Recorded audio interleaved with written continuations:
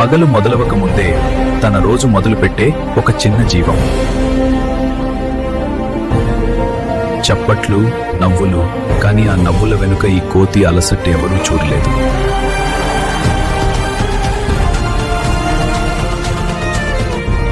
పని మాత్రం కూలీలా, కానీ ఆహారం మాత్రం భిక్షలా.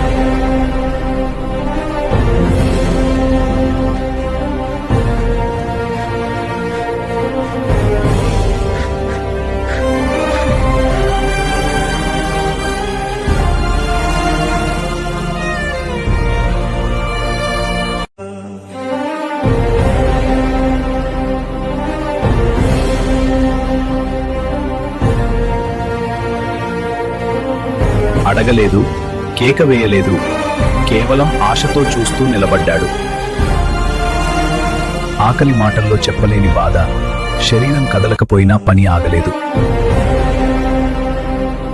వర్షం పడింది, మనుషులు వెళ్ళిపోయారు, కానీ ఈ కోతి ఒంటరిగా మిగిలిపోయింది. ఆ రోజు పని లేదు, ఆహారం లేదు, ఆశ కూడా తగ్గిపోయింది.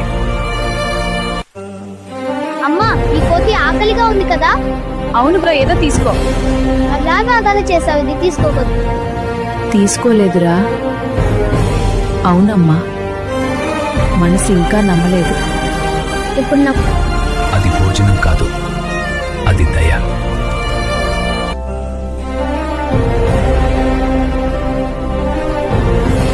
మాటలు లేనప్పటికీ ఆ చూపులో ధన్యవాదాలు కనిపించాయి.